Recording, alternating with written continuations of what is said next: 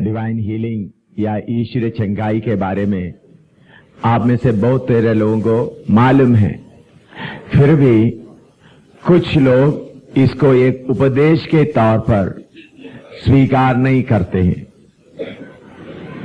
कुछ सेवक लोग या कुछ चर्च का लीडर्स या पेंटिकोस्टल लोग भी, उन लोग बोलते ये तो अगर आपको चाहिए तो ले सकता है, कलीसिया के लिए परमेश्वर दिया हुआ एक उपदेश के तौर पर इसको स्वीकार करने का जरूरत नहीं। ऐसा बहुत जगह में बहुत प्रीचर लोग प्रचार करते हैं। कुछ बड़े बड़े सेवक लोग जो बीमारों को यीशु के नाम से चंगा करते हैं, अंधों को आंख देने के लिए प्रार्थना करते हैं, उन लोग अपना व्यक्तिगत जीवन में बीमारी आते समय में डॉक्टरों का सहारा लेता है। कुछ ऐसा बड़ा प्रचारक लोग जिधर जिधर वो जाते हैं डॉक्टर को भी साथ ले जाते हैं और यीशु के नाम से उन लोग बीमारों के लिए प्रार्थना करते हैं। कुछ बीमार अच्छे हो जाते हैं, लेकिन उनको जब बीमारी आएगा तो अस्पताल का सहारा लेते हैं। ऐसा एक कंफ्यूज्ड हालत में है कलीसिया कुछ जगहों में। तो आई आम इन्हीं दिनों में ये 2 दिन इसके लिए ईश्वर चंगाई का वचन सिखाने के लिए काफी टाइम चाहिए। कम से कम 1 हफ्ता लेगा तो थोड़ा कुछ आपको आइडिया मालूम होगा, लेकिन फिर भी जल्दी जल्दी इस वचन के बारे में कुछ बातें अभी आपको जरूरत है, ताकि आपको इसके बारे में सोचने के लिए मौका मिल जाएगा। उसके लिए हम सोचेंगे। आइए हम पहले निर्गमन की किताब 15 अध्याय उसका 26 पढ़ेंगे। Exodus chapter 15 verse 26। निर्गमन 15 का 26 पढ़िएगा।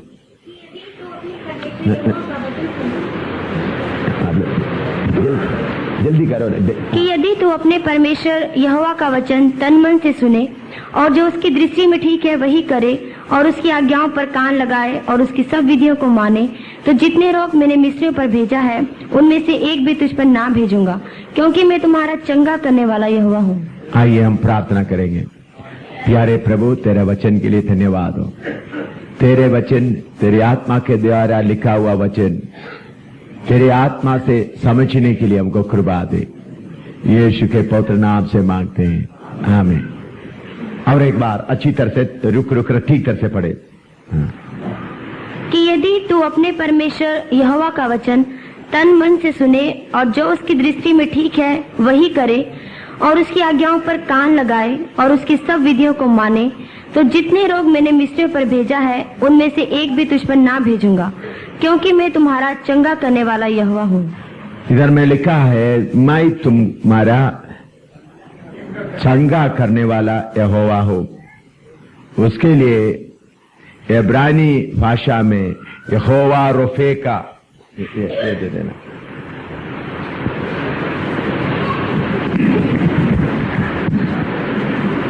यहोवा रोफे का, मैं तुम्हारा चंगा करने वाला यहोवा हूँ।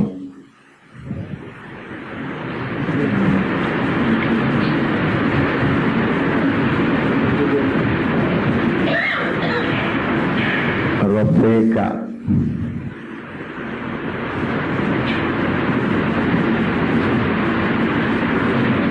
या उसके लिए यहोवा राफी ऐसा भी कहते। ये दोनों का मतलब एक ही है। यहोवा रोफे का, मैं तुमको चंगा करने वाला यहोवा हूं। या उसके लिए असली भाषा में अब उसका वर्ड तर्जुमा करेगा तो यहोवा your physician that healeth you. Jehovah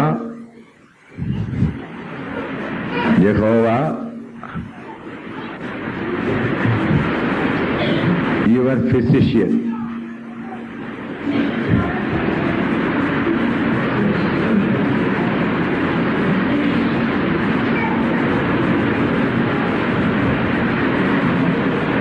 Jehovah, your physician that healeth you, that heals you।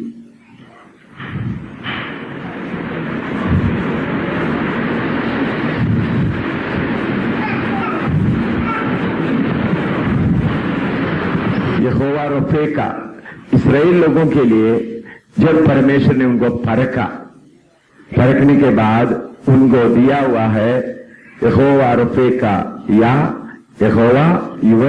Jehovah your physician that heals you, या आपको ट्रीटमेंट करने वाला, फिजिशियन के लिए क्या बोलते हैं? डॉक्टर।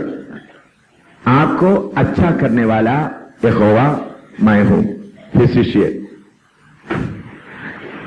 इसके लिए उस वचन से थोड़ा सा और पढ़ें, निर्गमन 15 का 22 से लेकर 26 तक पढ़िएगा। इसका बैकग्राउंड थोड़ा देखें। तब मूसा, निर्गमन 15 का 22 से 26 तक, एक्सोडस 15:22 to 26। तब मूसा इस्राएलियों को लाल समुद्र से आगे ले गया और वे शूर नाम जंगल में आए, और जंगल में जाते हुए 3 दिन तक पानी का सोता ना मिला। फिर मारा नाम एक स्थान पर पहुंचे, वहां का पानी खारा था, उसे वे ना पी सके, इस कारण उस स्थान का नाम मारा पड़ा। तब वे यह कहकर मूसा के विरुद्ध बकझक करने लगे कि हम क्या पिए। तब मूसा ने यहोवा की दुहाई दी, और यहोवा ने उसे एक पौधा बतला दिया, जिसे जब उसने पानी में डाला तब वह पानी मीठा हो गया। वही यहोवा ने उनके लिए एक विधि और नियम बनाया, और वही उसने यह कहकर उनकी परीक्षा की कि यदि तू अपने परमेश्वर यहोवा का वचन तन मन से सुने और जो उसकी दृष्टि में ठीक है वही करे, और उसकी आज्ञाओं पर कान लगाए और उसकी सब विधियों को माने, तो जितने रोग मैंने मिस्रियों पर भेजा है उनमें से एक भी तुझ पर ना भेजूंगा, क्योंकि मैं तुम्हारा चंगा करने वाला यहोवा हूँ। पिछले दिनों में मैं आपको पढ़ाते आ रहा है, हमारा परमेश्वर हमको परखने वाला है, हमको परख कर देखते हैं, और परखने के लिए आपके सामने समस्याओं को प्रभु आने देगा। जब समस्या आते आप ये नहीं सोचना सारे समस्या शैतान लेकर आया इसीलिए लड़ो या समस्या से बचकर निकलो, ऐसा नहीं। इस्राएली लोगों को परमेश्वर यहोवा रफ़े का करके सबूत देने के लिए ऐसा एक रास्ते में लेके आया जिधर 3 दिन उनको पानी नहीं मिला। बियाबान में करीबन 32 लाख लोग सफर कर रहे हैं, मरुभूमि में, जिधर पानी का कोई इंतजाम नहीं है, कोई छाया नहीं। दिन में बादल है, परमेश्वर के तौर से इंतजाम किया, इसलिए इतना ज्यादा गर्मी महसूस नहीं होता। लेकिन मरुभूमि होने के कारण, डेसर्ट होने के कारण पानी का कोई इंतजाम नहीं। 3 दिन पानी नहीं मिला तो उधर के भेड़ बकरियों का, बच्चों का, बेड़ों का हालत क्या होगा। ये 3 दिन पानी ढूंढते आया, नहीं मिला, तो बाद में एक जगह में आया, एक झील के पास आया। लोग दौड़कर गए होंगे पानी पीने के लिए, लेकिन देखा तो पानी कड़वा है, पी नहीं सकते। देखिए परमेश्वर आप क्या करता है करके देखने के लिए कैसा आपको टेस्ट करता है। अब्राहम को परमेश्वर ने टेस्ट किया है, इसी मुताबिक आपको भी टेस्ट करते हैं। 3 दिन में पानी के बिना चलाते चलाते एक जगह में लेके आया, उधर में पानी मिला तो पानी कड़वा था। नॉर्मल मामूली तौर पर एक झील में पानी है तो वो पानी पीने का लायक नहीं है, तो रेतली का इलाका है, उसके नजदीक में कुआं या खड्डा खोदने से पानी जरूर मिलेगा। वो पानी शायद कुछ ठीक भी हो सकता है। तो परमेश्वर ऐसा जगह में लेकर आया, मूसा और इस्राएल लोग अपना बुद्धि इस्तेमाल करता है या नहीं, समझ में आया आपको। रेतली इलाका है, एक जगह में पानी कड़वा है तो ठीक है, जरूर सोचेंगे चारों तरफ हम क्या करते हैं, थोड़ा खड्डा खोदते हैं तो जरूर क्या मिलेगा, पानी मिलेगा। तो शायद वो पानी कड़वा नहीं होगा। प्रभु का धन्यवाद हो, मूसा अपना दिमाग इस बात में इस्तेमाल नहीं किया। फिर मूसा प्रार्थना शुरू किया तो एक पौधा, एक पेड़ दिखाई दिया। उस पेड़ में से एक डाली काट कर डाला तो पानी पूरा मीठा हो गया, पीने का लायक हो गया। देख प्रभु कैसा उनको टेस्ट किया। 3 दिन बिना पानी से चलाया और बाद में एक पानी का जगह में लेके आया। पानी कड़वा था, परमेश्वर देख रहा था इन्होंने अपना बुद्धि इस्तेमाल कर रहा है या नहीं। अच्छी तरह समझ में आया? प्रभु उनको अच्छी तरह टेस्ट किया, इन्होंने अपना बुद्धि इस्तेमाल कर रहा है या नहीं। जब उन्होंने बुद्धि इस्तेमाल नहीं कर रहा है तो परमेश्वर ने क्या दिया उनको? एक पेड़ दिखाया और वो पेड़ उधर ही था। पेड़ या अचानक कहीं दूर से नहीं आया और उधर से डाली काट कर डाल दिया। तो जब आप अपना बुद्धि इस्तेमाल ना करते हुए हर बात में आप परमेश्वर के ऊपर भरोसा रखते हुए रहेगा तो जिधर में आपको समस्या आता है उधर में आपको जरूर छुटकारा भी मिलेगा। बाहर जाने का जरूरत नहीं, जिधर में समस्या आता है उधर ही छुटकारा मिलेगा। छुटकारा तभी मिलेगा जो परमेश्वर की ओर देखते हुए अपना बुद्धि को इस्तेमाल करने में से अपने आप को बच कर रहते हैं उनके लिए। अगर आप अपना बुद्धि इस्तेमाल करेगा तो परमेश्वर का कार्य आपको देखने के लिए मौका नहीं मिलेगा। तो जब उन लोग ऐसा किया तो परमेश्वर ने बोला मैं तुम्हारा चंगा करने वाला यहोवा हूं। देखिए मीठा पानी, कारा पानी और बीमारी में से क्या संबंध है? आप थोड़ा बताओ। हमने कभी सोचा है? इधर में उनको बीमारी नहीं आया, प्रॉब्लम बीमारी का नहीं था, प्रॉब्लम किसका था? प्रश्न पानी का था। बीमारी के साथ इसके साथ कोई संबंध नहीं है। तो परमेश्वर बोल सकता था मैं तुमको पानी देने वाला यहोवा हूं, बोलना था ना। पानी का समस्या आया, पानी का समस्या के बाद प्रभु पानी मुहैया किया तो उसके लिए क्या बोलना था? मैं तुम्हारा पानी देने वाला यहोवा हूं करके बोलने की जगह में प्रभु क्या बोल दिया? मैं तुमको चंगा करने वाला यहोवा हूं। ये बात सोचो तो यहोवा परमेश्वर उनके लिए बिलकायत तुम मेरे हर विधियों में चलेगा तो इसका मतलब जब समस्या आएगा उस समय अपना दिमाग इस्तेमाल नहीं करेगा तो मैं तुम्हारा चंगा करने वाला यहोवा हूं। तो हम क्या करते हैं? प्रभु ने तो बुद्धि दिया है, दिमाग भी काम करे, प्रभु भी काम करे। ऐसा लोगों के लिए यहोवा परमेश्वर यहोवा रोफे का नहीं रहेगा, बल्कि जो अपने आप अपना बुद्धि को इस्तेमाल ना करते हुए प्रभु तेरा मर्जी पूरा मुझ में हो, ऐसा चलने वालों के लिए यहोवा रोफे का है। लिखो, लिखना चाहते तो लिखिएगा। में समस्या आएगा, प्रॉब्लम आएगा, जो मैंने अभी बताने जा रहा हूं उनमें से कोई 3 में से एक आपके जीवन में हो सकता है। जब समस्या आएगा, नंबर 1 अगर समस्या आएगा तो एक हो सकता है get disappointed and quit. Get disappointed and quit. बाद में इसका हिंदी का अनुवाद ब्रदर्स बताएंगे।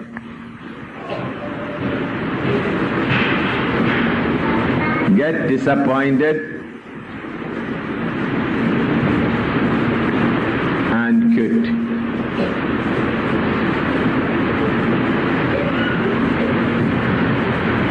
उसके लिए क्या हो सकता है?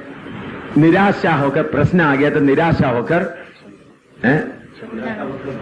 निराशा होकर छोड़ दे, वो मार्ग को छोड़ दे। निराशा होकर वो मार्ग को छोड़ दे। दूसरा है flow through with bitterness in heart.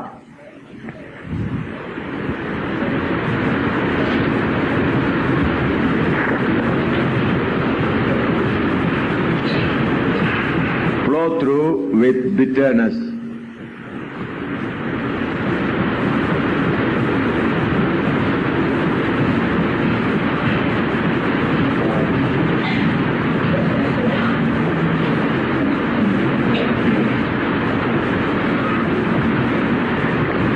दूसरा है उस समस्या के द्वारा दिल के अंदर में कड़वापन आ गया, वो कड़वापन के साथ जिंदगी बिताना। Flow through bitterness in heart. हमेशा वो कड़वापन मन में रहेगा। Flow through with bitterness in heart. अगर आपके जीवन में एक समस्या आ गया तो समस्या के कारण आपके दिल के अंदर एक कड़वापन आ गया, जिंदगी भर वो कड़वापन साथ रहेगा। तीसरा, learn a lesson.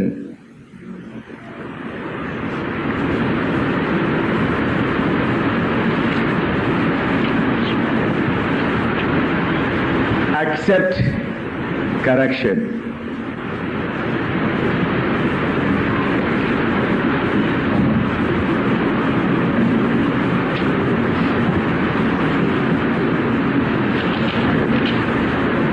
And proceed.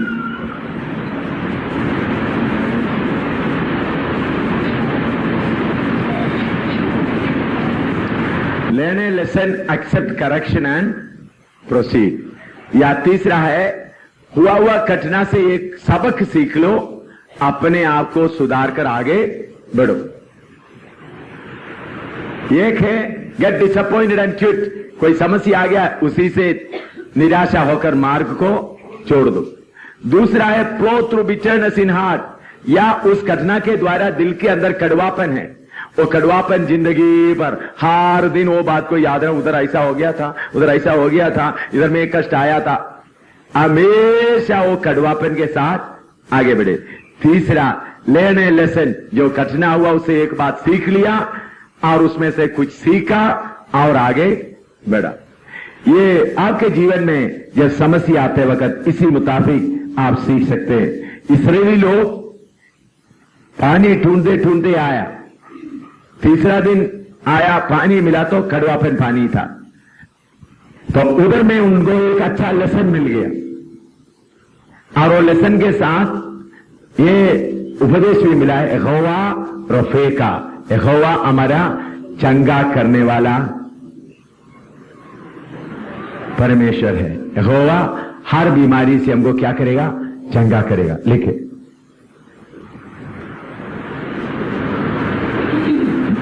इसका 4 से 9 तक पढ़िएगा। नंबर्स 21 4 to 9, हिंदी 21 का 4 से 9, नंबर्स 21 4 to 9। फिर उन्होंने हौर पहाड़ से कूच करके लाल समुद्र का मार्ग लिया कि अदोम देश से बाहर बाहर घूम कर जाएं, और लोगों का मन मार्ग के कारण बहुत व्याकुल हो गया। सो वे परमेश्वर के विरुद्ध बात करने लगे और मूसा से कहा, तुम लोग हमको मिस्र से जंगल में मरने के लिए क्यों ले आए हो? यहाँ ना तो रोटी है और ना पानी, और ना हमारे प्राण इस निकम्मी रोटी से दुखित है। सो यहोवा ने उन लोगों के में तेज विष वाले सांप भेजे जो उनको डसने लगे और बहुत से इजरायली मर गए। तब लोग मूसा के पास जाकर कहने लगे, हमने पाप किया है कि हमने यहोवा के और तेरे विरुद्ध बातें की हैं। यहोवा से प्रार्थना कर कि वह सांपों को हमसे दूर करे। तब मूसा ने उनके लिए प्रार्थना की। यहोवा ने मूसा से कहा, एक तेज विष वाले सांप की प्रतिमा बनाकर खंबे पर लटका, तब जो सांप से डसा हुआ उसको देख ले वह जीवित बचेगा। सो मूसा ने पीतल का एक सांप बनवाकर खंबे पर लटकाया। तब सांप के डसे हुए में से जिसने उस पीतल के सांप की ओर देखा वह जीवित बच गया। इधर में फिर भी परमेश्वर दोबारा उनको परख रहा है, और उसका 4वां पद, 21 का 4वां पद पढ़िएगा। फिर उन्होंने हौर पहाड़ से कूच करके लाल समुद्र का मार्ग लिया कि अदोम देश से बाहर बाहर घूम कर जाएं। देखिए अच्छी तरह आप इस वचन को समझना। उन लोग लाल समुद्र से के जरिए से पार होकर आगे कनान देश की ओर जा रहा है, लेकिन कनान देश की ओर जाने के जगह में घूमकर फिर किधर आ रहा है, फिर किधर आ रहा है, लाल समुद्र के पास आ रहा है। ये थोड़ा सा मिटा दे। देखो परमेश्वर आपको कभी चक्कर कटवाता है। ये परमेश्वर का चक्कर कटवाने का प्रोग्राम अगर आपको समझ में नहीं आता तो आप बहुत उदास हो जाएंगे। बहुत बार हमारा परमेश्वर क्या करता है, चक्कर भी कटवाता है आपको। मैंने हमारे बाइबल स्कूल में पढ़ाने वालों को पढ़ाता है, क्या क्या करता है हमारा परमेश्वर, थोड़ा बताओ।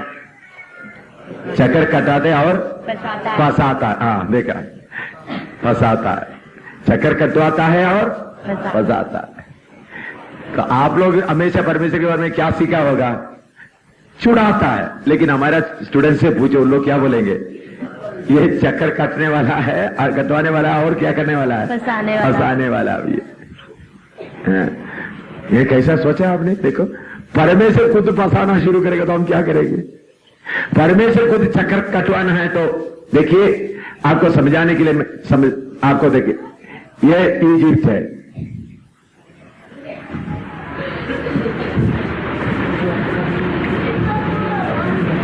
ये कनान है, समझ लो, ये कनान।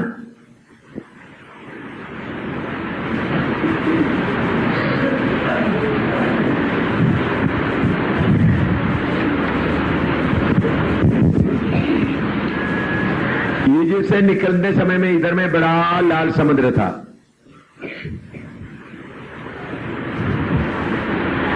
इन लोग ये लाल समुद्र पार कर दिया, थोड़ा आगे आया, इधर में एक दूसरे नक्शे से निकल, एक पहाड़।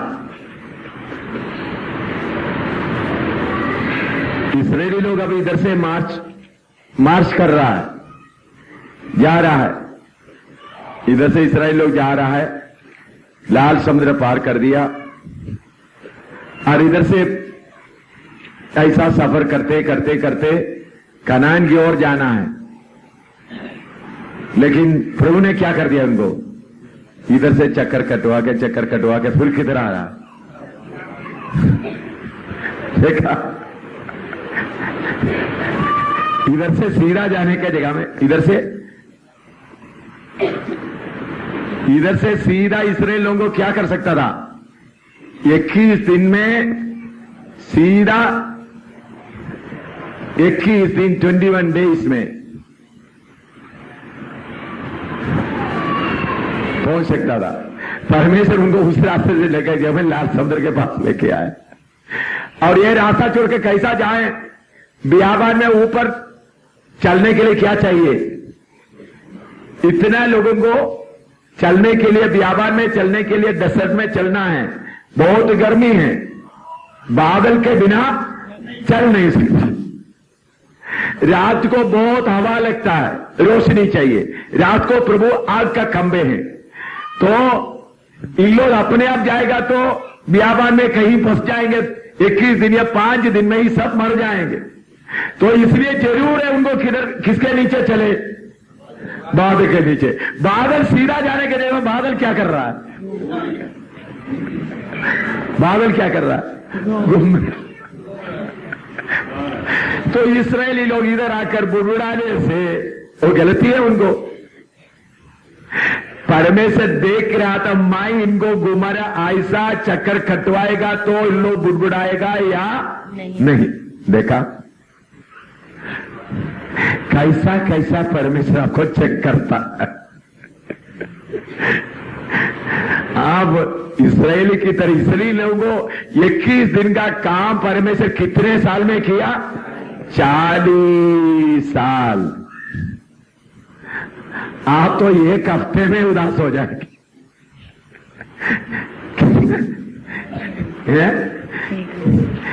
एक दिन भूखा रह गया तो दूसरा दिन सपोर्ट वालों के पीछे चले जाएंगे। एक दिन बीमारी ठीक नहीं है तो दूसरे दिन जरूर सीएमसी में चले जाएंगे। एक दिन पड़ोसी लोगों को गड़बड़ कर दिया, एक दिन प्रभु उनको बंद करो, नहीं तो दूसरा दिन जरूर पुलिस स्टेशन में जाएंगे।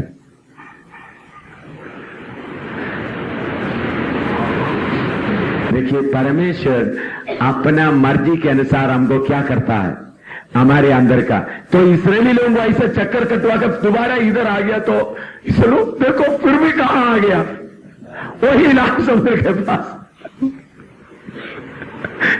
फिर भी पहाड़ चाट कर उन लोग चल रहे थे, हालेलुया गीत गाते गाते गाते ओ भाग फिर भी मुड़कर कहां आ गया?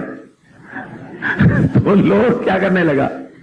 थोड़ा बुड़बुड़ाने लगा तो परमेश्वर उनके बीच में क्या भेज दिया? सांप, जहर वाला सांप भेज दिया, तो काटना शुरू कर दिया। देखो क्या क्या कर रहा है ये।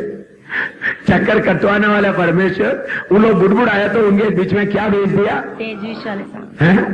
तेज विष वाला सांप। तो फिर मूसा परमेश्वर से पुकारा, परमेश्वर सारे लोगों को क्या कर रहा है? तो तब भी मूसा ने एक पार्टी को, चलो स्नेक पार्टी, सांपों को पकड़ने वाला पार्टी को नहीं बनाया। देखिए मूसा क्या नहीं किया। चलो जितना सांप पकड़ा था तो हर, क्योंकि करीबन 32 लाख लोग हैं, सारे 70 एल्डर्स है, 70 एल्डर है, सबको चलो एक एक कबीले से 100 लोगों को किसके लिए डंडा लेकर किसके लिए घूमते रहे। रात पूरा इसराइल लोग सो रहे तो सब लोग किसको ढूंढ के चल रहा है? सांप। ऐसा भी बता सकता था, लेकिन मूसा ने ऐसा सांप को बचाने वाला पार्टी को भी नहीं बनाया। क्यों? 40 साल बखरे वो चला चला करके अंदर का दिमाग पूरा क्या हो गया? साफ हो गया, खाली हो गए। अभी मूसा के अंदर सिर्फ क्या है? परमेश्वर का सहारे के अलावा और कुछ नहीं है। तो मूसा पुकारा तो परमेश्वर ने बोला तुम पीतल का सांप को बनाओ।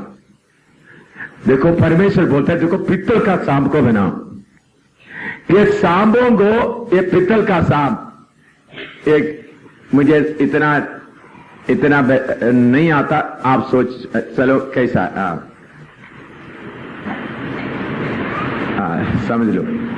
एक सांप बना दिया, पीतल को सांप बनाकर ऊंचा कर दो उसको। परमेश्वर सांप को मारने के जगह में क्या कर रहा है? परमेश्वर बोलता पीतल का सांप बनाकर ऊंचा करो, जो देखेगा वो बचेगा। आसान काम क्या था? सांप सबको आया हुआ सबको खत्म कर दे। लेकिन परमेश्वर इधर भी चेक कर रहा है, पीतल के सांप के ऊपर देखने वाला कौन है? लोग सोचा ये पीतल का सांप, अगर कोई दवाई देते तो कार्य हो सकता था। देखो पीतल का सांप को उठा कर रख दिया तो इससे क्या फायदा हो सकता है? अगर परमेश्वर कोई मुट्ठी या कोई देते तो हम लगाकर क्या कर सकता था? जिंदा हो सकता था।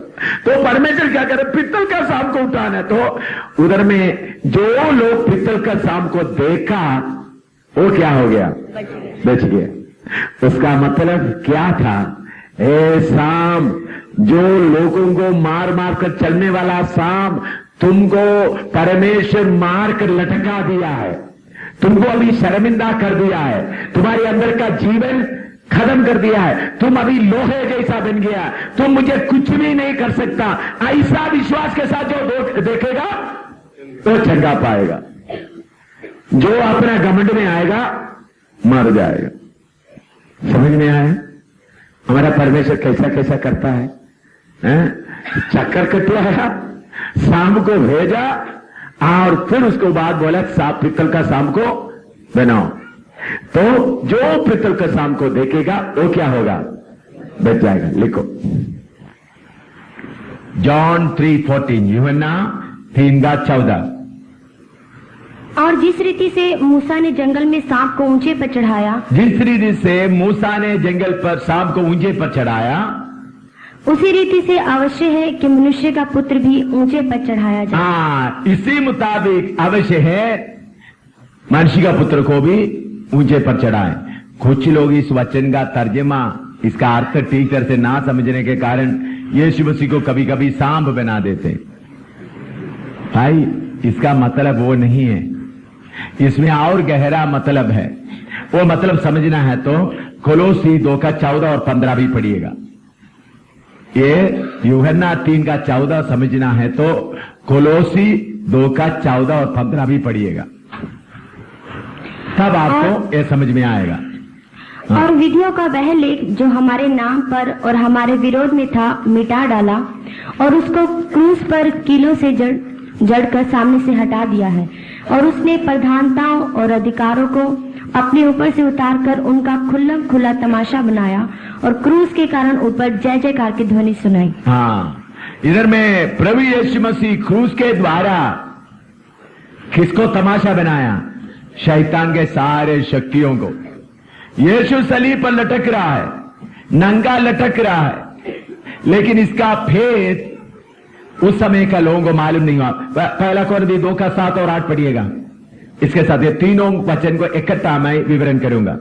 पहला कोरिन्थी 2:7 और 8। 1 Corinthians chapter 2 verse 7 and 8। परंतु हम परमेश्वर का वह गुप्त ज्ञान, परमेश्वर का वो गुप्त ज्ञान भेद की रीति पर बताते हैं, भेद की रीति पर बताते हैं, जिसे परमेश्वर ने सनातन से हमारी महिमा के लिए ठहराया। हाँ, जिसे इस संसार के हाकिमों में से किसी ने नहीं जाना, क्योंकि यदि जानते तो तेजोमय प्रभु को क्रूस पर ना चढ़ाते। हाँ, इधर में लिखा इस संसार का हकीमों, उसका मतलब दुष्टता प्रधानताएं उसको मालूम होता तो परमेश्वर यीशु मसीह को क्रूस पर ना चढ़ाते। यीशु अद्भुत काम कर रहा था, बीमारों को चंगा कर रहा था, अच्छे उपदेश दे रहा था। शैतान बहुत योजना बनाकर इस्राएल लोगों को सबको उनके खिलाफ बना कर दिया, और यीशु के चेले में से एक इस्करियोता यहूदा उनको भी उनके खिलाफ कर दिया। तो ऐसा यीशु को सूली पर लटकाने का सारे योजना बना दिया, लेकिन इसके पीछे का गुप्त बात को शैतान को मालूम नहीं था, या प्रधानताओं को दुष्टता का अधिकार को मालूम नहीं हुआ। अगर ऐसा मालूम होता तो उन्होंने ये काम नहीं करना था। आप लूसीफर से पूछे, लूसीफर तुम्हारे जीवन में हुआ सबसे बड़ा गलती क्या है? उन्होंने और भी गलती किया है, एक है अपने आप बलवा कर दिया, एक गलती है, लेकिन उससे भी बड़ा गलती उन्होंने बोले कि यीशु मसीह को सूली पर चढ़ाया है, वो है मेरा सबसे बड़ा गलती। यीशु मसीह को सूली पर चढ़ाने के कारण दुनिया से पहले से आदम से लेकर जो लोग मेरे वश में था वो भी चले गए। अभी मनोज आदि सब क्या हो रहा है, मेरे कब्जे से निकलकर जा रहा है। तो जैसा मूसा ने सांप को ऊपर उठाया, उसी मुताबिक जरूर है मनुष्य का पुत्र को भी ऊपर उठा लिया जाए। मूसा सांप को उठाते हुए क्या बताया? इस्राएली लोगों के बीच में जहर के द्वारा काट कर या डसते हुए खत्म करने वाला सांप तुमको हमने तमाशा बना दिया है। इसी मुताबिक प्रभु यीशु मसीह क्रूस के द्वारा पाप का जगर से हमको काटने वाला शैतान को भी तमाशा बनाया। तो यीशु मसीह सांप नहीं बना। आप प्रचार करते समय आप गलती से प्रचार नहीं करना, उसके अंदर का अर्थ को समझना है। यीशु बताने का मतलब क्या है? जैसा मूसा सांप को उठाते हुए काटने वाला सांप को क्या बनाया था? तमाशा बनाया था। समझ में आया? सांप को ऊपर उठाते हुए काटने वाला सांप को लोगों के बीच में घूमकर काटने वाला सांप को तमाशा बनाया। जो लोग देखते थे विश्वास के द्वारा उनका जहर कोई असर नहीं कर सकता था, तो वो लोग बोलते हे सांप तू हमको क्या कर सकता है? इसी मुताबिक शैतान ने योजना बनाया, वो लोगों के अंदर गंदगी करवाने वाला वो शैतान को यीशु मसीह क्रूस पर बलिदान देने के द्वारा उनका तमाशा बनाया, उनके अधिकार से हमको छुड़ाया, उनका अधिकार हमसे उतार डाला। इसलिए लिखा है यीशु मसीह जैसा मूसा ने सांप को उठाया, उसी मुताबिक यीशु मसीह को भी सूली पर उठाना चढ़ाना पड़ेगा। लिखो, अभी लिख दिया तो आगे। दूसरा राजा 18:4 पढ़िएगा। ये सांप तमाशा बना वाला सांप बाद में क्या बन गया? देखो, उसने ऊंचे स्थान पर तमाशा, जिसने सांप को उठाकर तमाशा किया। दूसरा राजा 18:4, 2 Kings 18:4। हाँ, उसने ऊंचे स्थान गिरा दिए, लाठों को तोड़ दिया, अशेरा को काट डाला, और पीतल का जो सांप मूसा ने बनाया था उसको उसने इस कारण चूर चूर कर दिया कि उन दिनों तक इजरायली उसके लिए धूप जलाते थे। हाँ। और उसने उसका नाम नहुशतान रखा। हाँ, मूसा ने सांप को बना दिया, और सांप को बनाते हुए लोगों को बताया यह सांप तुमको कुछ भी नहीं कर सकता। लेकिन चलते चलते सांप उनका पूजा का साधन बन गए। उसका नेहुष्टान नाम दिया, नेहुष्टान। नेहुष्टान, मैं इधर लिखता हूं नेहुष्टान।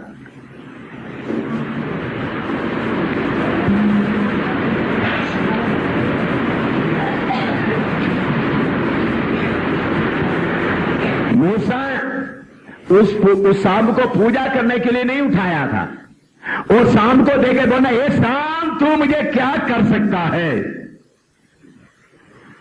वही सांप बाद में चलते चलते क्या बन गया, पूजा का। देखिए शैतान का चालाकी आप देखो, शैतान ऐसा व्यक्ति है जो कोई मौका मिलेगा तो उसको पूजा का स्थान बनाएगा। अभी इंदिरा गांधी भी बनने वाला है, कहीं कहीं हो गया है, मदर टेरेसा होने वाला है, महात्मा गांधी भी हो गए।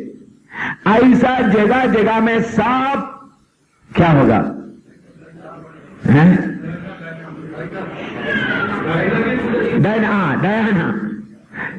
डायना का भी पूजा शुरू कर दिया। तो आप देखें इस पढ़े लिखे लोग, डायना दूसरे अपना लवर के साथ भाग रहा था शराब पी के, एक्सीडेंट में मर गया, वो अभी देवी बन गया। देख, मैं आपको हिंदुस्तान के लोगों को मैं बताना चाहता, तारा सिंह भी जरूर, तारा सिंह का भी पूजा किया जाएगा। पहले मैंने बोला तारा सिंह, श्री तारा सिंह बचाओ समिति शुरू किया, अभी कितने लोग तारा सिंह का पूजा शुरू किया हमको पता नहीं। जिन्होंने 3 मिस्त्रियों को मार डाला, जलाकर बंद कर दिया।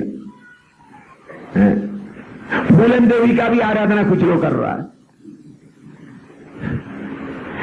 तो ये सांप का टुकड़े को लोग लेकर क्या करना शुरू किया, पूजा। और ये कौन पूजा करना शुरू किया, इस्राएल लोग, नेहुशा।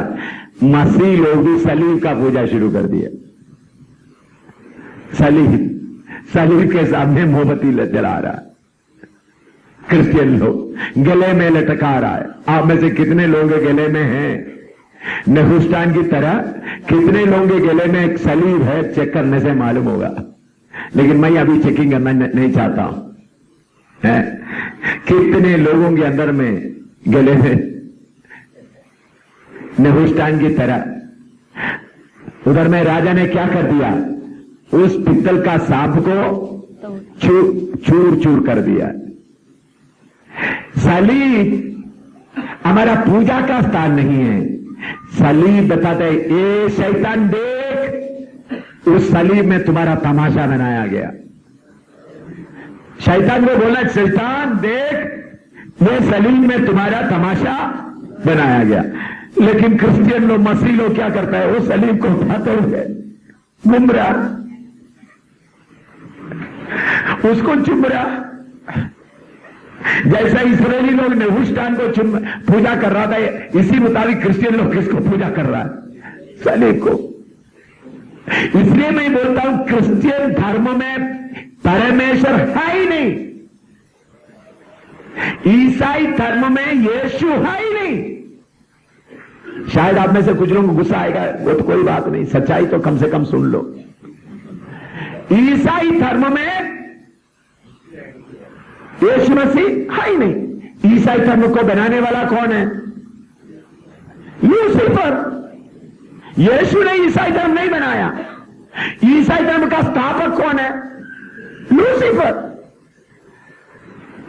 मैं बोलते वक्त कुछ ईसाई लोग, चलो इनका गर्दन काट दें। भाई मेरा गर्दन काट दो, लेकिन तुम सीधा हो जाओ।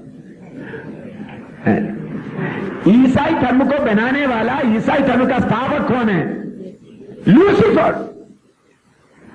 ईसाई धर्म में यीशु है ही नहीं। पढ़िएगा निर्गमन 20 का 1 से 5 तक, निर्गमन 20 का 1 से 5 तक। तब परमेश्वर ने ये सब वचन कहे कि मैं तेरा परमेश्वर यहोवा हूँ, जो तुझे दासत्व के घर से अर्थात मिस्र देश से निकाल लाया है। तू मुझे छोड़ दूसरों को ईश्वर करके ना मानना, तू अपने लिए कोई मूर्ति खोद कर ना बनाना, ना किसी की प्रतिमा बनाना जो आकाश में व पृथ्वी पर व पृथ्वी के जल में है। तू उनको दंडवत ना करना और ना उनकी उपासना करना, क्योंकि मैं तेरा परमेश्वर यहोवा जलन रखने वाला हूँ, और जो मुझसे बैर रखते हैं उनके बेटों, पोतों और परपोतों को भी पितरों का दंड दिया करता हूँ।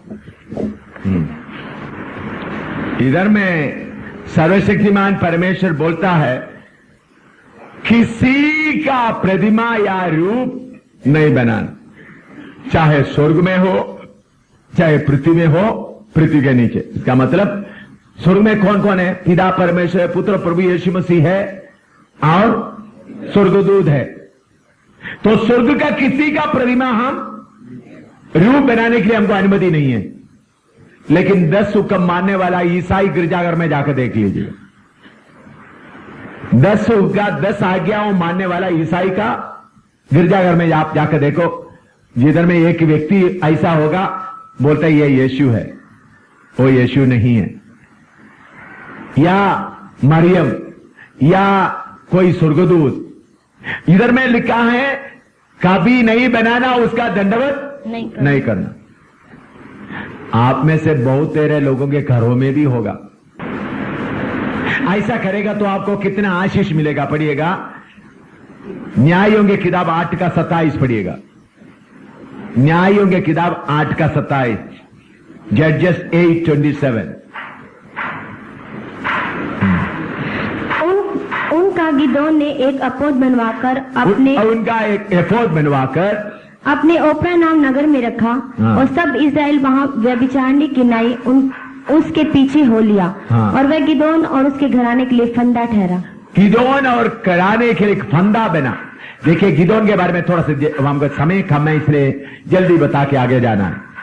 गिदोन इसराइल को मिद्यानियों से छुड़ाया। इसराइल लोग बोला आप हमारा राजा बन के रहें, लेकिन गिदोन ने माना नहीं। लेकिन फिर गिदोन ने अपना यादगारी छोड़ना चाहा, इसलिए उनसे कुछ सोना चांदी इकट्ठा करते हुए एफोद क्या है? याजकों का कपड़ा, उसका एक छोटा कपड़े के एक निशान बना दिया। गिदोन के बाद लोग जाकर उसके सामने पूजा करना शुरू किया।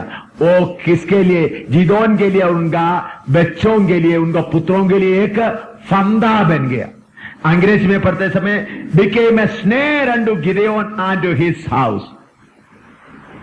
तो अगर आपके घर में यीशु बोलकर एक व्यक्ति का फोटो डाल दे और कोई हिंदू या कोई सत्संग करने वाला को माथा टेके, तो आपका घर का आशीष नहीं बनता, बल्कि फंदा बनता। क्या बनता? फंदा। इसलिए अगर आप यीशु को प्यार करते तो आपके घर में ये फोटो शोटो कुछ भी नहीं होना। घर पूरा साफ रखना। क्यों लोगों को धोखा देते हो? उन लोग हर माता के सामने माथा टेक रहे, हाँ यीशु का, ठीक है माथा टेके।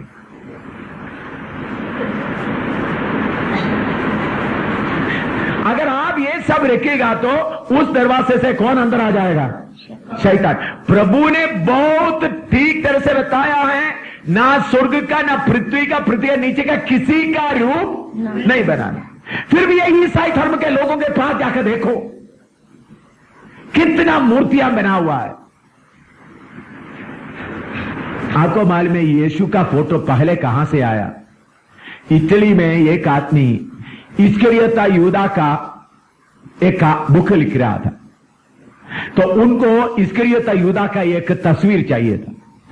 घूमते घूमते घूमते गया तो उनको एक दाढ़ी वाला आदमी चाहिए, तो बाकी सब शेव किया बोला। फिर जेल में गया। एक आदमी किसी आदमी को मार डालने के कारण उनको लाइफ इम्प्रिजनमेंट किया, आजीवनांत कारावास दिया था। उनको देखते, वो देखने से उनको बोला भाई तुम्हारा फोटो थोड़ा लेने दो, फोटो नहीं तुम्हारा नक्शा थोड़ा खींचने दो, चित्र बनाने दो। उन्होंने बाइट दिया जेल लोगों से। उन्होंने उसके करीबन 3 महीने के बाद किसी एक को इच्छा आ गया यीशु का भी बनाए, वो भी ढूंढो ही भाई के पास आ गया। ये मैं इतिहास बोल रहा हूं, कहानी नहीं। दाढ़ी वाला चाहिए था, जिसको इस्करियोता यूदा बनाया उसी को क्या बनाया? यीशु बनाया। ऐसा यीशु का फोटो आया है। इसका पीछे कौन है? अंधकार का शैतान। अपने पिछले दिनों में अफ्रीका में एक तूफान आया, तूफान के बीच में यीशु का फोटो आ गया, लोग घुटना टेकर प्रार्थना शुरू कर दिया। शायद आप लोगों में ये 3-4 साल पहले की बात है। ये सब शैतान का बड़ा चालाकी है।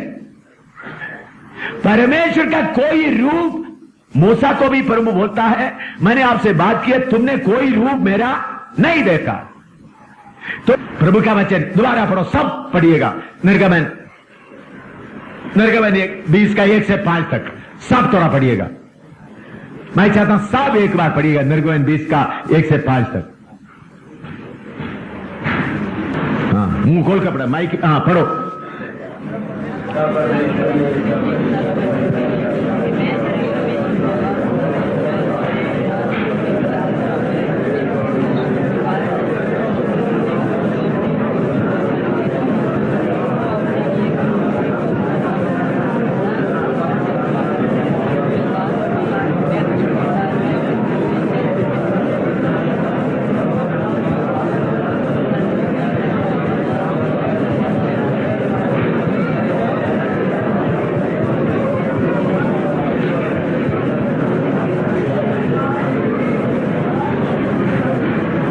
इसलिए प्रभु के वचन में लिखा है, पढ़िएगा, 2 कोरिन्थी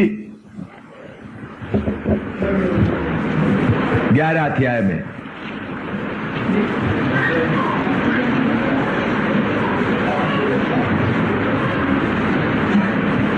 उसका 3रा आयत पढ़िएगा। परंतु मैं डरता हूँ कि 3रा और 4था। हाँ, परंतु मैं डरता हूँ कि जैसे सांप ने अपनी चतुराई से हव्वा को बहकाया, वैसे ही तुम्हारे मन उस सिधाई और पवित्रता से जो मसीह के साथ होनी चाहिए कहीं भ्रष्ट ना किए जाए। यदि कोई तुम्हारे पास आकर किसी दूसरे यीशु को प्रचार करे, दूसरी यीशु, हाँ, को प्रचार करे जिसका प्रचार हमने नहीं किया, या कोई और आत्मा तुम्हें मिले जो पहले ना मिला था, या और कोई सुसमाचार जिसे तुमने पहले ना माना था, तो तुम्हारा सहना ठीक होता। उन पौलुस बोलते उस समय में भी दूसरा यीशु, तो मेरा यीशु का फोटो किसी ने नहीं लिया, किसी आर्टिस्ट ने बैठकर उनका फोटो कोई नहीं लिया।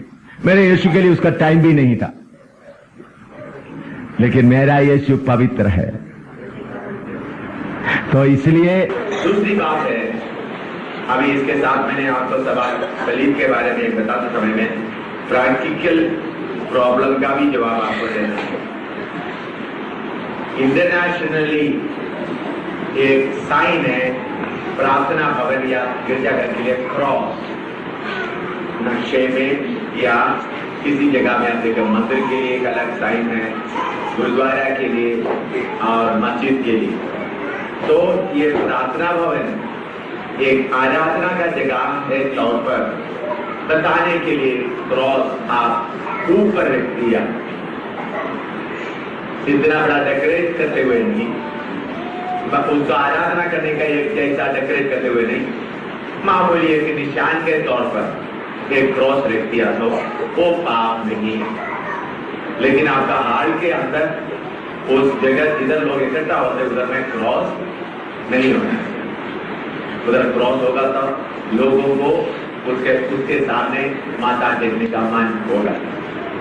मैं मेरे अनुभव में एक बात बताना चाहता हूँ, जब उधमपुर में जब पहले बार उधर में एक शेड बनाया और उसके बाद चर्च बनाया, तो 42 डेज 42 दिन लगातार उधर के हिंदू लोग और मुसलमान लोग मिलकर बोला इधर में गिरजाघर बैठने नहीं थे। 42 डेज धरना करता रहा। फिर कलेक्टर आकर स्टे ऑर्डर बहुत दिया, हमारे लिए इधर चर्च मत बनाओ, फिर भी हम बनाते रहा रात को। तो फिर कलेक्टर आके मेरे से फैसले बताया है, अगर इधर आराधना करते तो इंटरनेशनल साइन आप इसके ऊपर एक क्रॉस रखना पड़ेगा। मैंने बोला क्रॉस रखना बाइबल के अनुसार मना, तो अगर एक प्रार्थना का जगह है तो तभी हम इसके ऊपर इधर के रिलीजियस प्लेस या आराधना का जगह है ऐसा बोलते हुए मान्यता दे सके। तो फिर उनका मजबूरी में आकर मैं उसके ऊपर, चर्च के ऊपर सलीब रख दिया, निशान गिरी। तो कई साल के बाद अंदर में नहीं, एक बार मैं उधर का सेवकाई में दूसरा प्रभु के दास का पास्टर चिड़िया को दे दिया, उन्होंने उधर का पास्टर का सेवकाई कर रहा। एक बार मैं सड़क में जाते वक्त देखा तो उधर का एक तो हिंदू लोग उधर जाते समय में वो सलीब को देकर माथा टेक, तो तब मुझे जिदोन का बात याद आया। तो फिर मैंने मेरा विशेष को बता दिया था कि पास चिड़िया को जगह बता दे वो सलीब भी उधर से उतार दे, उतारने से ताकि वो बाद में क्या ना हो पता ना हो।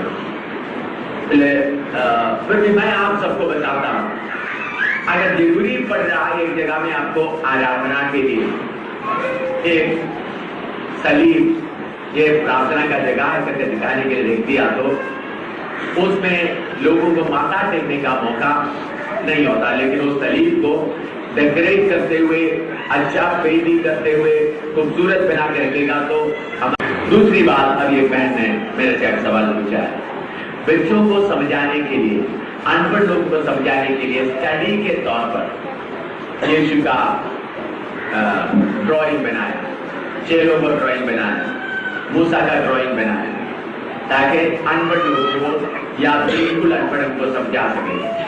उसके लिए बनाने में भी कोई बात नहीं है। वो किसके लिए बना रहा है? बाकी अगर दीवारों में जो ड्राइंग बना रहा है उनको मालूम है ना कि अभी फिल्म जीसस फिल्म, लोगों को मालूम है वो असली फिल्म नहीं, असली जीसस नहीं है, वो एक एक्टर है। लेकिन आपका दीवारों में लगाएगा तो लोग क्या समझेगा? एक्टर करके नहीं सोचेगा, बल्कि क्या सोचेगा? असली परमेश्वर करके सोचेगा। फिल्म में तो एक्टर, अभी आपका नोटबुक में या बच्चों को पिक्चर दिखाकर शुरू करता है, उसमें यीशु बनाया, 12 चेला बनाया, तो वो एक ड्राइंग है, तो लोगों को मालूम है वो असली यीशु नहीं। तो उस लिहाज से असली यीशु है सोचते हुए माथा टेकने के लिए मौका देगा, तो वो आपके लिए पाप का कारण बनेगा। अब ये इसके आगे ट्रू थियोलॉजी, इसके ऊपर का सही थियोलॉजी, ये यीशु ने सिखाया का ट्रू थियोलॉजी।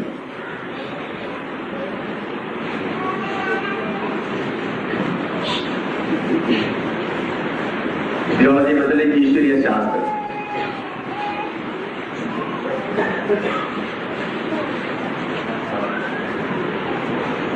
बाइबल इसके बारे में क्या कहते हैं? पढ़िएगा रोमी 5:12, रोमी 5:12। इसके जैसा एक मनुष्य के द्वारा पाप जगत में आया और पाप के द्वारा मृत्यु आई और इस रीति से मृत्यु सब मनुष्य में फैल गई, इसलिए कि सबने पाप किया। एक मनुष्य के द्वारा क्या आ गया? पाप से। और सिन के द्वारा क्या आ गया? मृत्यु, या पाप के कारण मृत्यु। इसके बीच में आता है सिकना।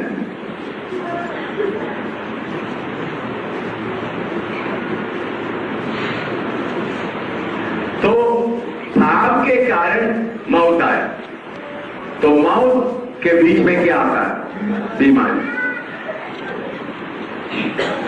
एक ही मनुष्य के द्वारा पाप आया और वो पाप के द्वारा मौत और बीमारी आया। इसके साथ पढ़ेगा इब्रानी 2:14 और 15। इब्रानी 2:14 और 15। इसलिए जबकि लड़के मांस और लहू के भागी हैं, तो वह आप भी उनके समान उनका सहभागी हो गया, ताकि मृत्यु के द्वारा उसे जिसे मृत्यु पर शक्ति मिली थी अर्थात शैतान को निकम्मा कर दे।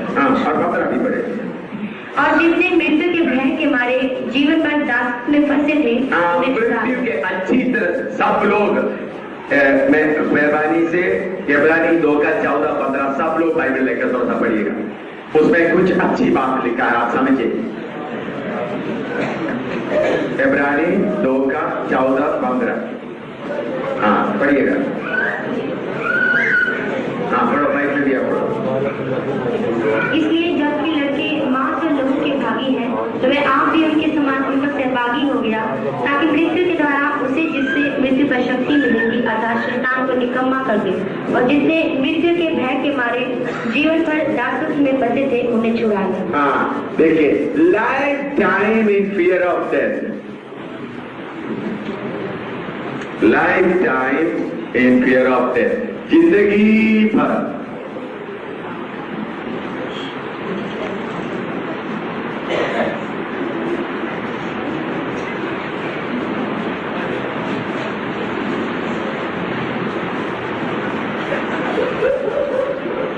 पाप के कारण मनुष्य लाइफ टाइम, पूरा लाइफ टाइम किसमें आ गया? पाप के, मौत के डर में आ गया। देखिए, हम बीमारी आते समय में, हाँ कौन है? हाँ ठीक है, छोड़ दो छोड़ दो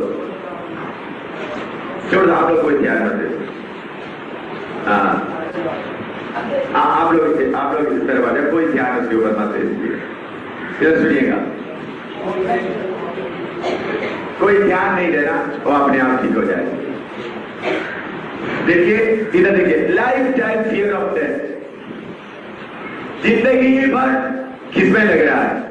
मौत के डर में। जब एक व्यक्ति को बीमारी आते समय में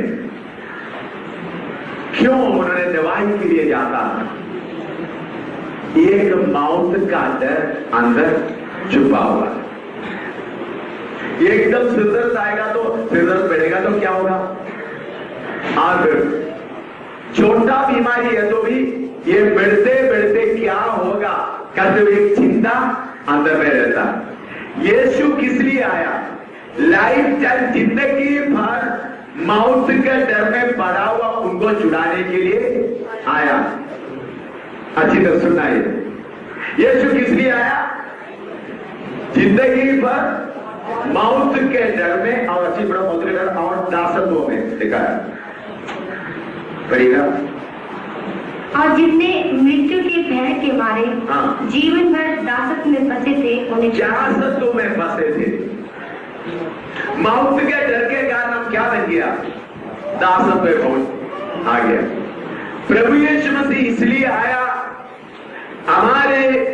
हमको पाप के डर के कारण आया हुआ दासत्व में से छुड़ाए, to set us free from the bondage that has come through fear of death। तो बीमारी आते समय में हम क्यों दवाई के लिए भाग रहा? हमारे अंदर एक डर है, मर जाएगा। तो फिर यीशु आने का फायदा आपको हुआ ही नहीं है। तब उसका मतलब आपके अंदर से मौत का डर दूर नहीं हुआ, तो फिर यीशु आने का फायदा आपको हुआ नहीं है। यीशु क्यों आया? जिंदगी भर पाप के, मौत के डर में और उसके दासों में रहने वालों को छुड़ाने के लिए। चाहे आप डॉक्टर हो, चाहे आप पास्टर हो, चाहे बड़ा प्रीचर हो, बीमारी आते समय में डॉक्टर के पीछे भागता हुआ हालत में है तो उसका मतलब है अभी भी आप मौत का डर से छुटकारा नहीं पाया। यीशु आया, आपका बिजनेस का काम चल रहा है, अपने लिए कोई फायदा नहीं है। मैंने किसी पादरी ने बताकर सुना है, एक आदमी बोल रहा था एक गंजापन, उसको क्या बोलता है? हाँ गंजापन। हाँ मेरे पास एक बोतल है, इसमें तेल है, ये लगाएगा तो तुम्हारा सारे गंजापन दूर होगा, ले लो बिक्री कर रहा है। अचानक उनके सिर पे वो टोपी था, टोपी से करा, अचानक टोपी गिर गई तो उनका सिर में एक बाल भी नहीं है, उनके सिर में एक बाल भी नहीं। लोगों ने पूछा भाई ये क्या है? तुम तो ये गंजापन को दूर करने के दवाई बेच रहा, तो तुम्हारे सिर में कोई बात नहीं। जल्दी टोपी लाकर भागे, कोई जवाब नहीं। इसी मुताबिक बहुत लोग बोलते हैं यीशु बीमारों के लिए चर्चा करता है, लेकिन उनको चर्चा के लिए सीएमसी अस्पताल चाहिए। सीएमसी अस्पताल हो, गुरु नानक जी का अस्पताल हो, श्री कृष्णा जी का अस्पताल हो, सब बराबर है। श्री मोहम्मद का भी अस्पताल हो, सब जगह में मेडिकल साइंस ही चल रहा है। सब जगह में, चाहे गुरु नानक जी का अस्पताल हो, CMC का अस्पताल हो, या अंबेडकर साहब का भी अस्पताल हो, सब जगह में मेडिकल साइंस ही चल रहा है, सब जगह में एक ही दवाई चल रहा है। तो मैं आपको बताता हूं, प्रभु यीशु मसीह किस लिए आया? जिंदगी भर मौत के डर के कारण दासत्व में रहा हुआ लोगों को छुड़ाने।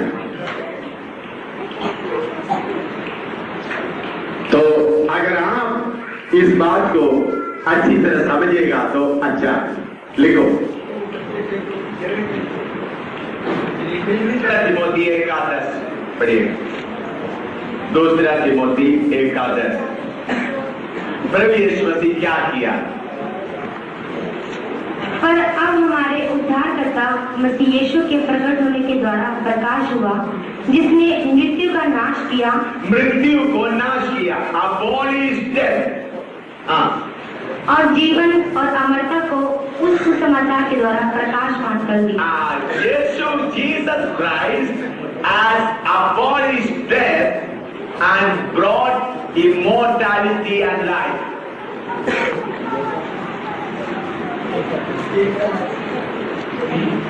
दूसरा तिमोथी 1:10। यीशु सूली पर जान देते हुए मौत को नाश करते हुए और इमोर्टैलिटी और जीवन और अमरता को लेके आए। मौत के डर में रहने वालों के लिए सुसमाचार क्या है?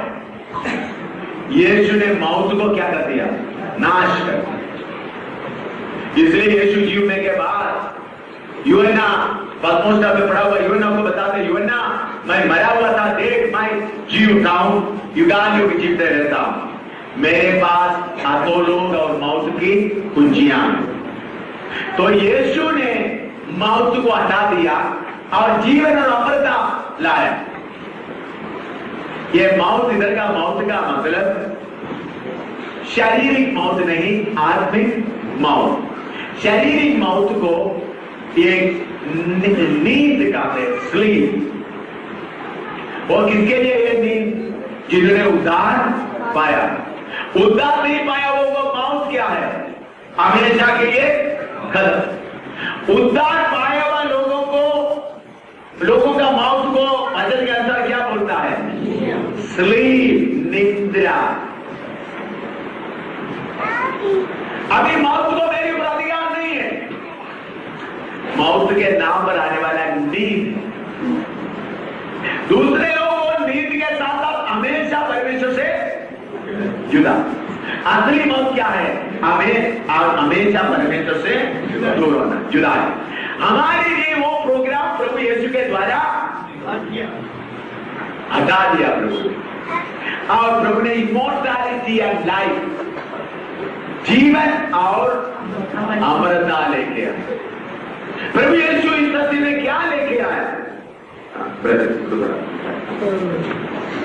प्रभु यीशु आपको तक दौड़े को बिठाए। प्रभु यीशु हमारे लिए क्या लेकर आया? यीशु एक धर्म लेकर नहीं आया, बल्कि इमोर्टैलिटी एंड लाइफ। यीशु क्या किया? यीशु ने he destroyed death.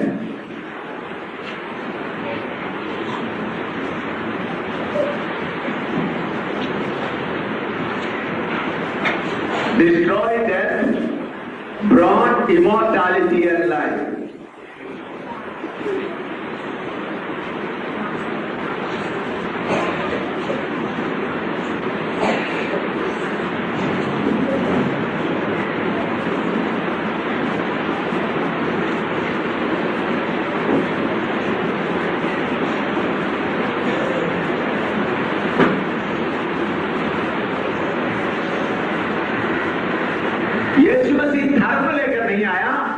बल्कि अमरता और जीवन लेके आया।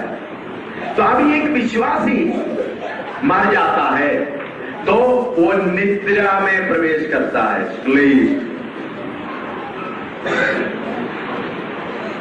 उनके ऊपर का मौत का अधिकार खत्म हो गया। दूसरे को क्या है, स्लीप भी है, डेथ भी है।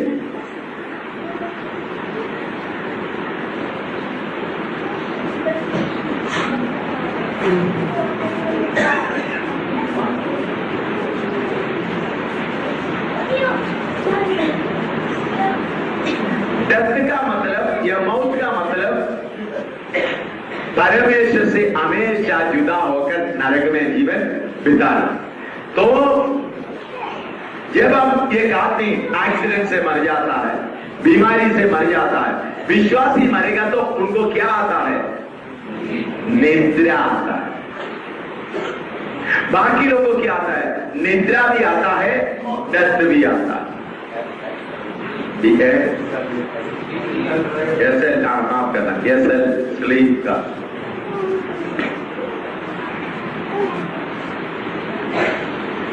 Thank you.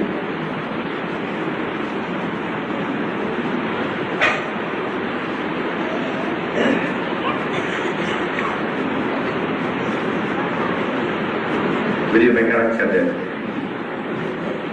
है ऊपर से। यीशु मसीह आकर मौत को नाश किया और अमरता और जीवन लेके आए। जो यीशु मसीह में है उनको अभी मौत नहीं, उनको फिर क्या है, ये शरीर छोड़ के जाएगा तो किधर में जाता है, निद्रा में प्रवेश करता है, नींद में। पहला थिस्सलुनी 4:13 पढ़ो। पहला थिस्सलुनी 4:13। हे भाइयों, हम नहीं चाहते कि तुम उनके विषय में जो सोचते हैं, उनके विषय में जो सोचते हैं अज्ञान रहो। ऐसा न हो कि तुम औरों की नाई शोक करो जिन्हें आशा नहीं। मसीह में क्या है, वो शरीर छोड़ के चले गया तो उनको क्या नहीं है, दर्द नहीं है। फिर किसमें जाएगा, किसमें जाएगा, नींद में जाएगा। इसलिए हमारे विश्वासी लोग मरते समय में, हमारे रिश्तेदार मरते समय में हमने क्या नहीं करता, बाकी लोगों की तरह मातम नहीं करता, क्योंकि दास को सोते समय में कोई मातम करता है, बेटा गुड नाइट बोलकर सोता है, कोई रोता है जाती फिरता है नहीं, क्योंकि मालूम है सवेरे क्या होगा, जी उठे या निद्रा से उठकर आएगा। तो इसलिए विश्वासी को नींद नहीं, मौत नहीं है।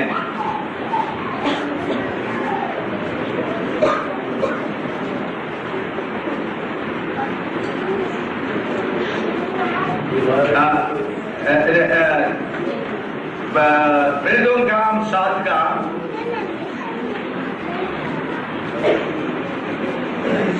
7 पढ़िए। Acts 7:60। फिर घुटने टेककर ऊंचे शब्द से पुकारा, हे प्रभु यह पाप हम पर मत लगाओ, और यह कहकर सो गया। और यह कहकर क्या कर दिया, सो गया। सो गया, मर गया करके नहीं लिखा, क्या लिखा है, सो गया। दानियल के बारे में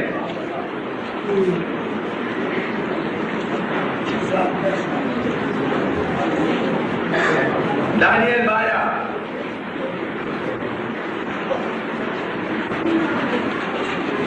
उसका 13 बंद पड़िएगा। अब तू जाकर अंत तक ठहरा रह और तू विश्राम करता रहेगा, और उन दिनों के अंत में तू अपने निज भाग पर खड़ा होगा। ठहरा रहे, विश्राम करता रहेगा। अंग्रेजी में but go thou thy way till the end be, for thou shalt rest and stand in thy Lord at the end of the day. So विश्वासी के लिए मौत नहीं है, बल्कि क्या है, नींद है। ये दुनिया छोड़कर ये दुनिया छोड़कर किसमें प्रवेश करता है, नींद में प्रवेश करता है। अविश्वासियों के लिए क्या है, बोलो। और दर्द भी है। दर्द का मतलब इसलिए विश्वासी लोग इस दुनिया छोड़कर जाते समय में क्या पुकारते हैं? पहले तो 15 दिया है।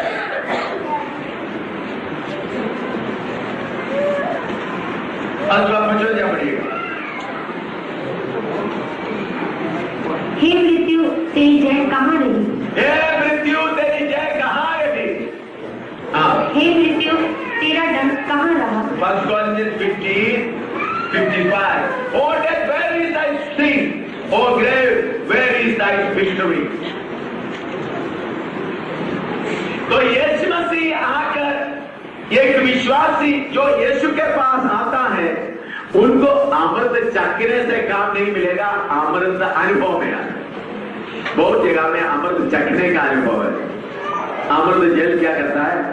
लोग चखते हैं। कितने बार अमृत जल चखने से भी मौत आएगा, लेकिन यीशु के द्वारा नया जीवन पाया तो फिर आपको क्या नहीं होगा? ये डर से नहीं होगा। आप ये शरीर छोड़कर किधर में जाएंगे? आराम में प्रवेश करेंगे। इसको बोलते अनंत जीवन। तो जो यीशु के ऊपर विश्वास करके अनंत जीवन नहीं पाया उनको मौत मतलब हमेशा परमेश्वर के साथ से क्या होगा? जुदा होगा। मौत का मतलब हमेशा परमेश्वर से जुदा होगा। मैं इस समय एक कहानी याद करता हूं, ये स्टोरी। एक जगह में एक बाप और उनका पत्नी और 7 बच्चे थे। आप प्रचारकों के लिए भी शायद ये सुनने से अच्छा होगा। बाप और उनका पत्नी और 7 बच्चे थे। उनका बाप बहुत बीमार होकर मरने के हालत में आ गए।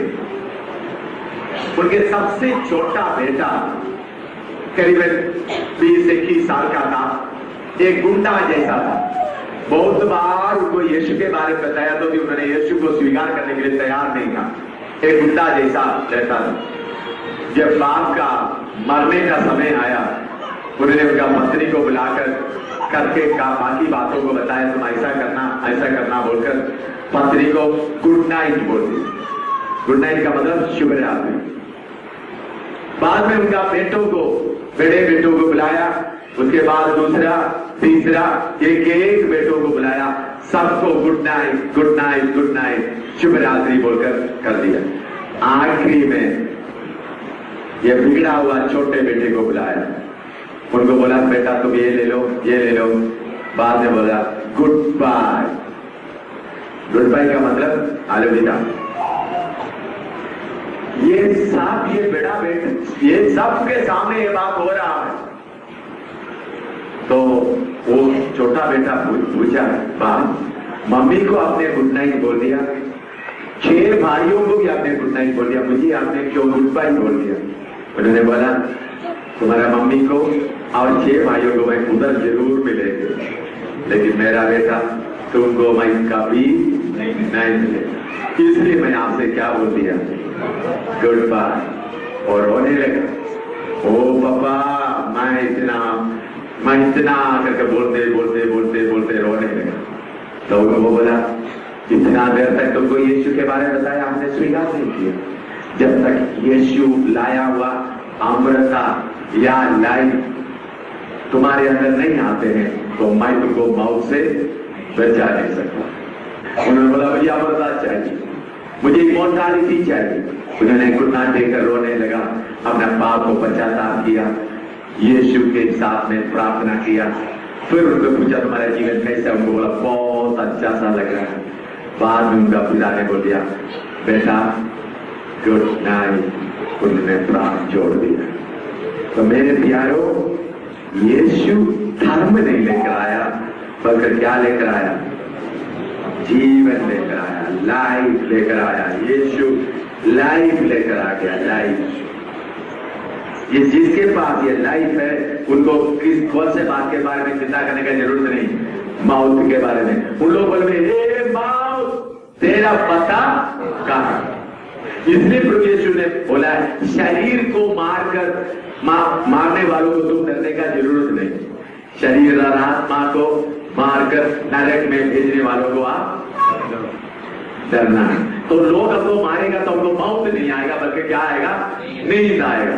तो अभी दवाई के पीछे जाएगा तो आपके अंदर में क्या डर है? मौत का डर है। हालेलुया, समझ में आया? मैं इतना चक्कर काट कर आके किधर मैं बता रहा हूं? बीमारी आते समय में आप दवाई के पीछे भाग रहे हैं तो उसका मतलब क्या है? यीशु आया, आपको कोई फायदा नहीं हुआ।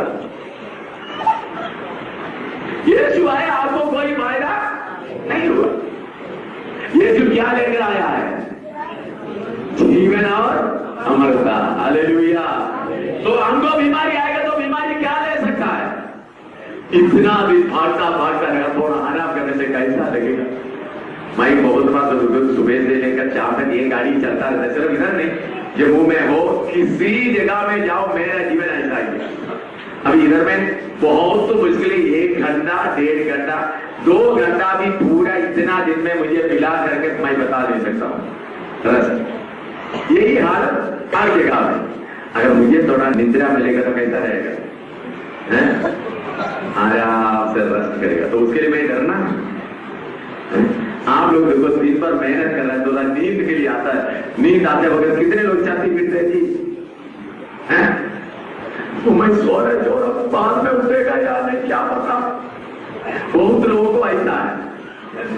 देखिए, आप सोने के लिए जाते वक्त आपका दिल के अंदर घबराहट है, अभी मैं सोने जा रहा हूं, सवेरे उठेगा या नहीं।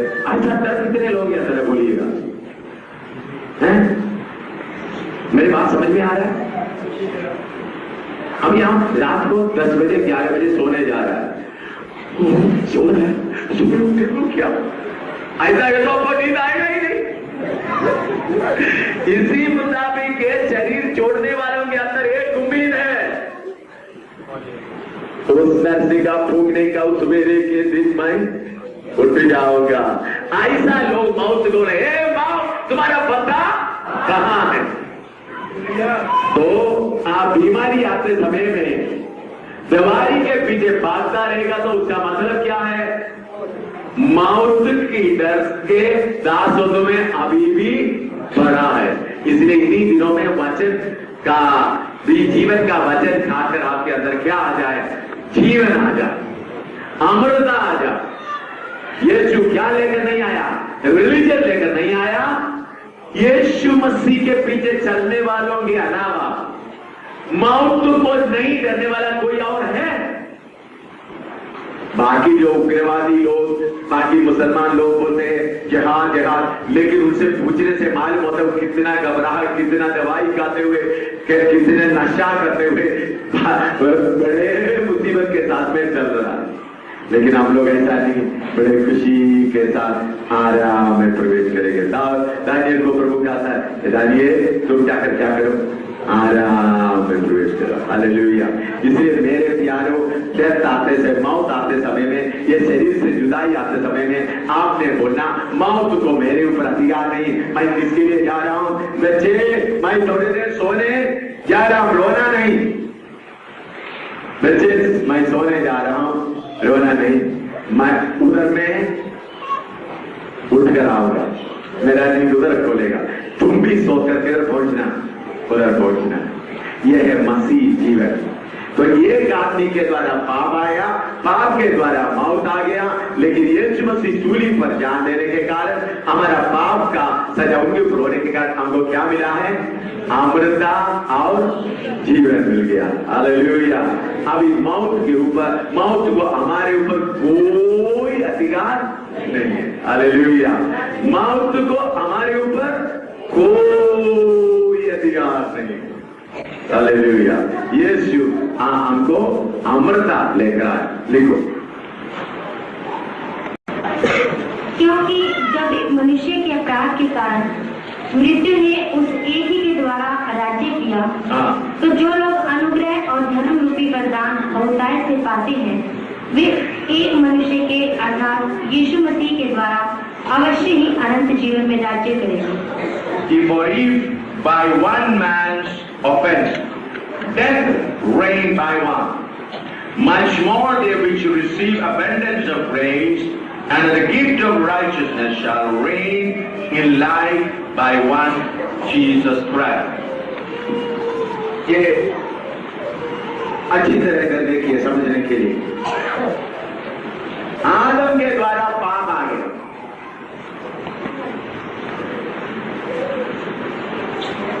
आदम के द्वारा पाप से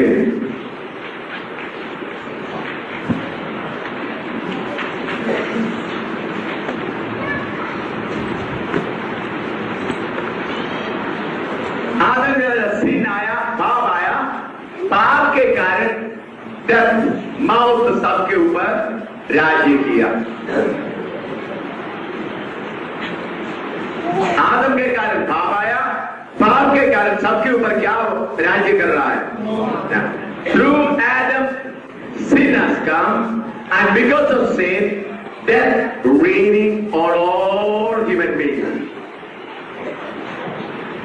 But Jesus, the last Adam, Jesus के द्वारा क्या आ गया? अनुग्रह या ग्रेस।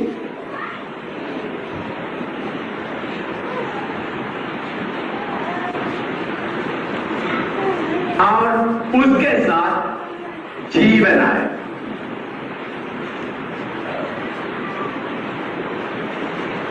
अनुग्रह के द्वारा आपको क्या आ गया? जी। तो अभी जैसा लोगों के ऊपर मौत राज्य कर रहा है, हमारे ऊपर अभी क्या राज्य कर रहा है? जीवन राज्य कर रहा है। आदम के कारण पाप आया, पाप के कारण मौत राज्य कर रहा है। यीशु मसीह के कारण कृपा के द्वारा हमारे अंदर क्या आ रहा है? जीवन, लाइफ, रेन इन लाइफ।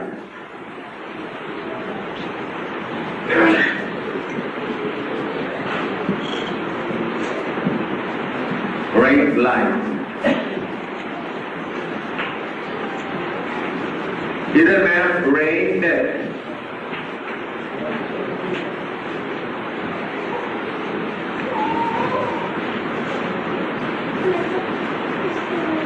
आदम के द्वारा पाप के कारण मौत आ गया, तो लोग सब मौत उसके ऊपर राज्य कर रहा है।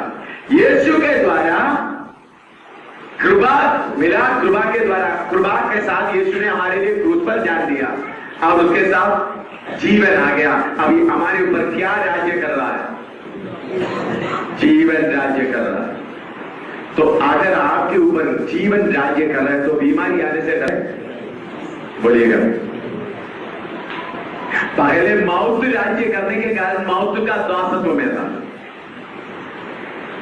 तो अभी यीशु मसीह के कारण हम अभी जीवन में राज्य कर रहा है। Because of Jesus Christ we are reigning in life. So when a person reigning in life will not be afraid of death at all. Let any kind of disease come, let cancer, let blood pressure, let TB, AIDS, or any kinds of disease come, the person who accepted Jesus Christ, in him life reigns. जो लोग यीशु मसीह को स्वीकार किया है, उनके अंदर क्या राज्य कर रहा है? जीवन राज्य कर रहा है। तो जिनके अंदर जीवन राज्य कर रहा है, मौत आने से उनको कोई डर नहीं है। उन्होंने मौत को देखे बोले, ये मौत आप तो क्या कर सकता है? ऐसा लोगों का विश्वास ही बोलता है। तो आप थोड़ा सोचो, यीशु आने से आपको फायदा बहुत हुआ, बीमारी दूर हो गया, नौकरी मिल गया, सब कुछ, लेकिन अमरता मिल गया है, जीवन और अमरता मिल गया है। यह देख लो, जीवन और अमरता मिल गया तो अस्पताल के पीछे मत भागो। अभी आप में से कुछ लोग डॉक्टर्स हैं, कुछ लोग नर्सेस हैं, जैसा हमारे कुछ लोग इंजीनियर्स हैं, अलग, वो आपका नौकरी है, दैट्स योर प्रोफेशन। हमारे एक सिस्टर, दो सिस्टर्स इधर बैठे हैं, अस्पताल में काम कर रहे हैं, लेकिन फिर भी अभी सिस्टर मिसेस पास्टर अंशराज देनी का मिसेस पिछले दिनों में हार्ट अटैक हो गया, बहुत सीरियस केस हो, अभी हुआ, लेकिन मैट्रन है रेलवे हॉस्पिटल में, फिर भी वाला ना मैं कोई दवाई नहीं। आज हमारे बीच में बैठी है, दवाई का कमी के कारण नहीं। हम हमारे बीच में सीधा बैठी है। आप कौन सा हॉस्पिटल, दिल्ली में कौन सा हॉस्पिटल में? 3 टायर हॉस्पिटल।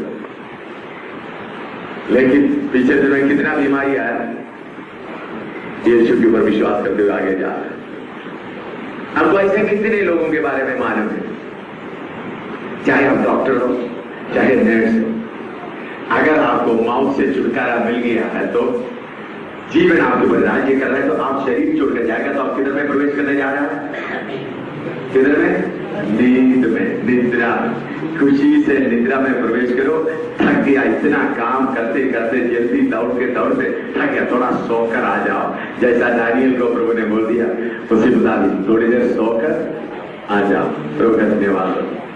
मेरे प्यारों, हमारा प्रभु कितना अच्छा प्रभु है।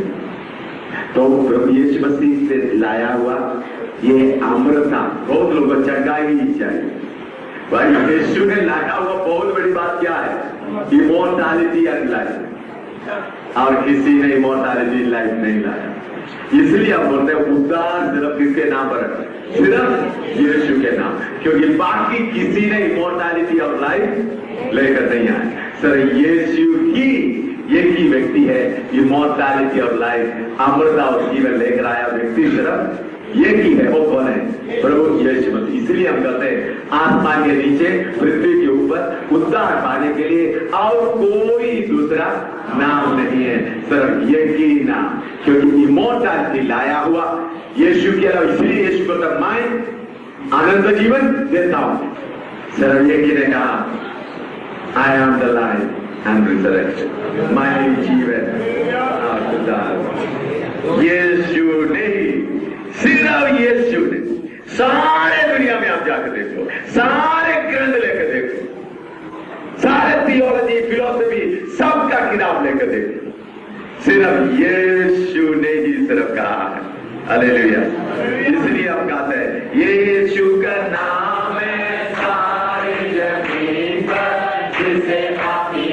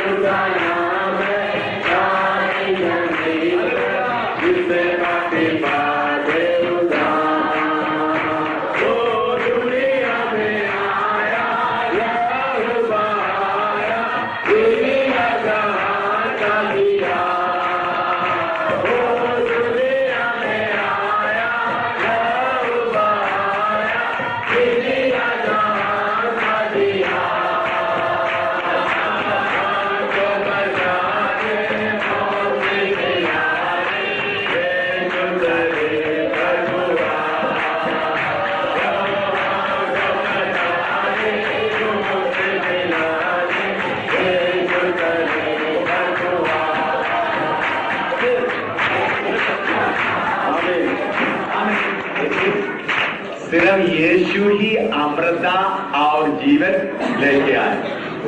तो यीशु अमृता और जीवन लेके आए तो कैसा उसका आराधना करना चाहिए? आसमान के नीचे पृथ्वी के ऊपर अमृता और जीवन यीशु ने तरफ लाया है। यीशु के द्वारा अमरता जीवन पाया हुआ लोग ही बोलेंगे हे मौत तुम्हारा पत्ता, उस विश्वास के साथ गाएं, ये यीशु का